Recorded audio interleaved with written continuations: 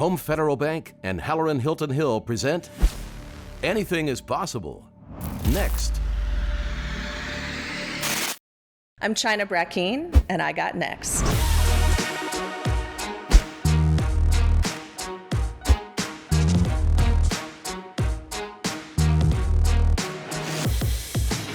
The Future of Possibility, presented by Home Federal Bank.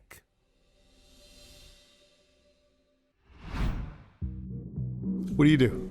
I am the president and founder of Attack Monkey Productions, which is a full-service entertainment company specializing in music.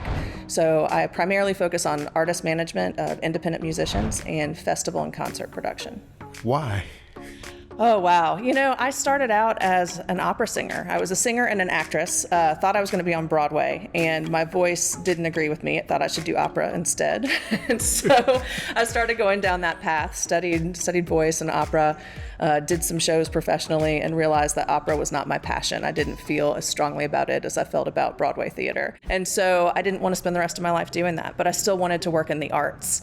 And an opportunity presented itself to actually work for Knoxville Opera. So I fell into classical music marketing and management and event production, and then was recruited away by AC Entertainment and realized this is what I love. I love finding new artists and giving them a platform and letting people fall in love with them. What's been your biggest challenge? Oh, wow. You know, I think going back to starting my company, which was 10 years ago, I started it on a wing and a prayer with no savings. and as a woman in a very male-dominated industry, too. I had been with AC Entertainment for several years. The economy tanked. It was not a good time to be in the live entertainment business, but I was still very passionate about it, and I still wanted to do it. And so I took a job with a nonprofit. And the first thing I did was say, I've got to start doing concerts for you to raise money because that's what I love. But on the side, I was helping my friend manage his band, and I realized that's what I need to be doing all the time. I need to be doing the concerts, and I need to be working on artist management.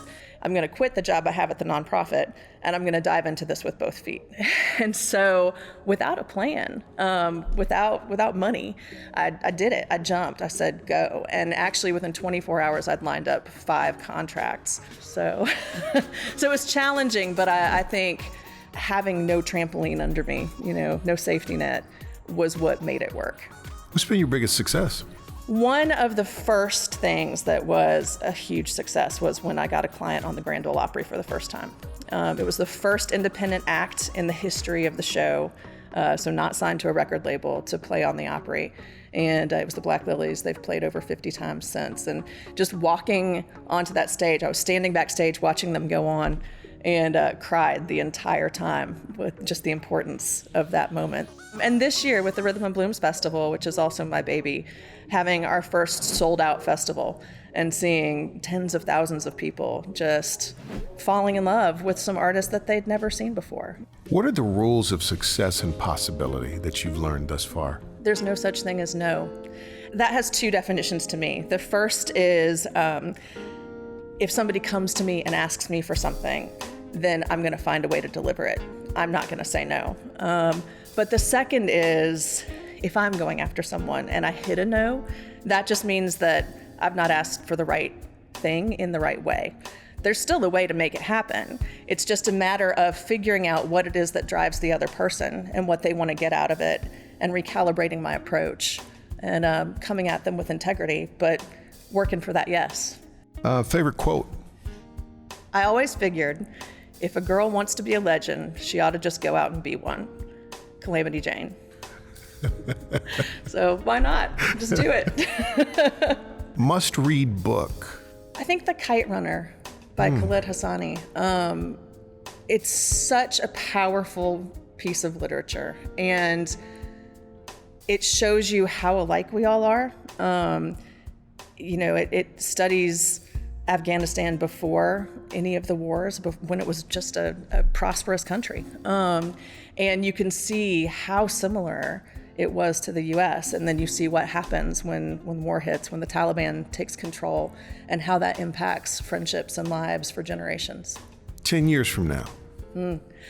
I hope to be doing the same thing that I do now, but on a much bigger scale. I just took over my first festival in New Mexico, and I'm starting to work on a festival in Colorado. And so I want to keep expanding across the country and across the world. But I think more importantly than that, I want to be a mentor to young women in the entertainment industry.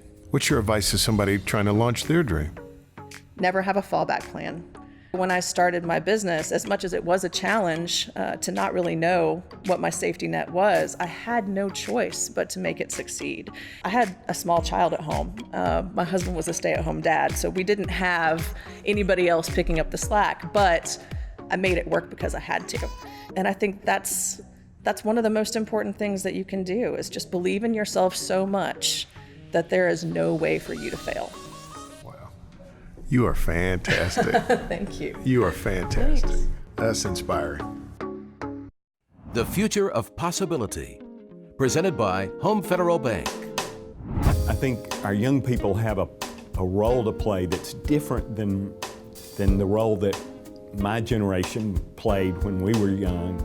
Young people have their own mark to put on this city, and I want to help that happen. Anything is possible. Next.